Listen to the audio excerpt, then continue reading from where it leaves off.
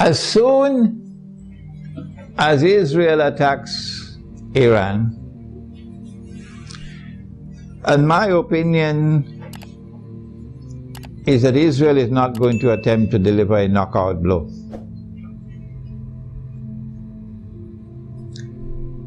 Israel will attack Iran in order to commence wars that she hopes will follow one after the other. As soon as Israel attacks Iran,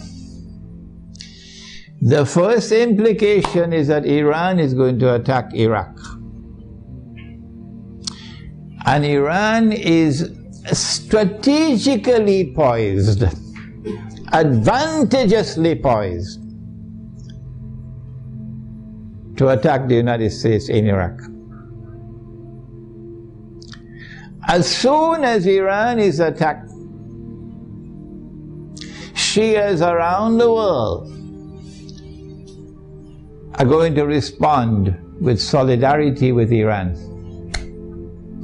And that includes the majority population of Iraq, which is Shia. What about the Sunni in Iraq? The Sunnis are waging a war against the United States. They want to get the United States out of Iraq. And if Iran attacks Iraq, the Sunnis are going to also intensify their attacks on the United States. And so the United States is going to be in a no-win situation in Iraq. You'll be facing enemies fighting you on all sides with no friends around you. None. I don't think, and I hope and pray, I don't think that NATO will succeed in getting the Turkish government to act so stupidly to attack Iran. I don't think it's going to happen. No. And let us pray that the Turkish government is not ruled by fools. And so NATO and the United States in particular are going to be faced with war in Iraq that they cannot win. And they can lose. They can lose. And this is what Israel wants. But there's another battlefront I want to turn to now. And this is where we need our military analysts. I wish we had some here tonight. That Iran is also likely to attack Bahrain. And it should not be difficult for Iran to take Bahrain. Bahrain cannot stand up to an attack from Iran. Bahrain is just across the water from Iran. I am suggesting to you that Iran is going to attack and take Bahrain. And if and when Iran attacks and takes Bahrain, then there's a causeway between Bahrain and Saudi Arabia where you could drive back and forth. The road will be clear to Saudi Arabia. I am anticipating, and the Saudis probably already have their plans laid out very well, because they know what's going to happen. And Israel already knows what's going to happen. That they're then going to turn to the United States to invoke whatever secret agreements they have of defense. That the United States has to intervene in Saudi Arabia to protect Saudi Arabia from an attack from Iran. I think the Zionists in the US Congress will ensure, even though the US Armed Forces would not want to go in there, the Zionists in the US Congress will ensure that American forces will have to enter into Saudi Arabia to face Iran. I'm also suspecting that they might do the same thing with Pakistan. to force the Pakistani political leadership and military leadership to follow some secret agreement they probably already have, to bring Pakistani troops into Saudi Arabia to face Iran. If that happens, number one consequence will be the United States will be facing two fronts where they're going to lose the war. The first front will be Iraq and the second front will be Saudi Arabia. And Pakistan will be facing defeat in Saudi Arabia and civil war in Pakistan.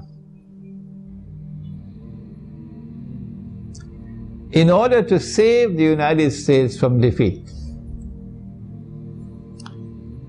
Israel will have to intervene. And so history will repeat itself for those who've been reading Jerusalem in the Quran. In order for the passage from Pax Britannica to Pax Americana to take place, you remember? The First World War had to take place. And in the First World War, the Germans brought in their submarines. And Britain, the island, was marooned, surrounded by German submarines. And Britain would have lost the war. And at that critical moment, the Zionists then brought the United States into the war, despite the efforts of men like Henry Ford.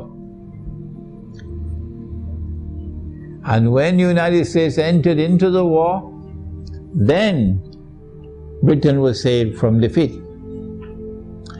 But the consequence of that was that Britain was no longer the ruling state in the world. And the transfer of power from Britain to the United States was well on the way as a consequence of that First World War. So I am suggesting to you that the planning that is now taking place is a repeat of what happened then.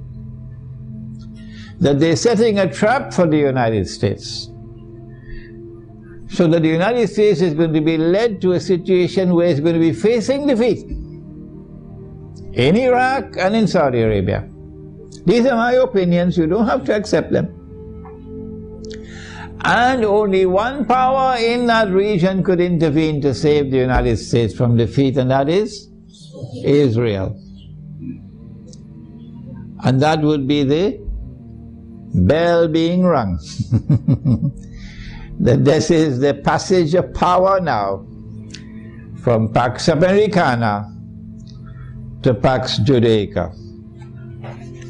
This is the Islamic eschatological dimension to the analysis that a day which is like a month will now be coming to an end, and a day which is like a week, according to the Hadith, will now be beginning. And so our Islamic eschatological analysis is that the United States is being led with a controlled demolition of the US dollar, not happening by accident. A controlled demolition of the US economy is not happening by accident. And a trap being set for the United States militarily, so that the United States will can no longer be recognized as the ruling state in the world, and Israel can replace it. I think that for Russia and for China, an Israeli attack on Iran, particularly if it involves the use of nuclear weapons, would be recognized as a threshold being crossed. That so long as you did not cross that threshold, Russia and China were prepared to go along and continue. In the Security Council of the United Nations, for example, cooperating and collaborating where possible in managing the affairs of the world. But once you cross that threshold, the implication for Russia and China is that you have crossed the point of no return. and that an attack on Iran is now going to inevitably lead to world war. That after Iran and after Pakistan and after the Arabs, the Zionists are going to turn on China and Russia to make sure that China and Russia also bend down their knees and accept Israel, so that Israel can become the ruling state in the world. No Jew is going to accept Dajjal as the Messiah if Israel has not established its dominion over the whole world. No Jew will accept Dajjal as the Messiah when he comes if Israel at that time has not established its political and economic dominion over the world. And that includes Russia and China. And so Russia and China would know, today it's them, tomorrow it's us. And they're not going to wait until tomorrow to recognize that.